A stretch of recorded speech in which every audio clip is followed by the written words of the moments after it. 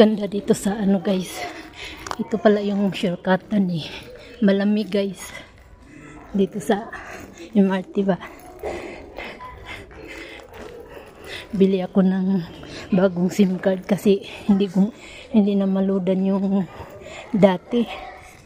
Naka-registered kasi sa GOMO yun eh. Yan guys, ang lamig pala dito. Aircon na sa ilalim guys.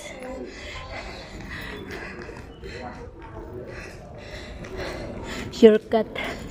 May hindi pala mainit eh. Doon ako palagi sa mainit kasi doon ako sinamahan kasi una nung anak ng ano ko. Amo ko ba. Pero kahapon pumunta kami dito yung kapitbahay namin.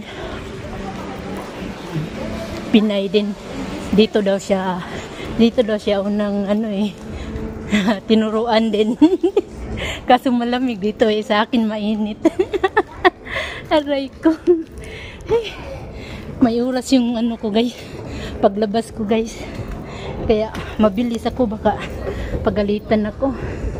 Hirap na guys mag-abuso sa trabaho ba.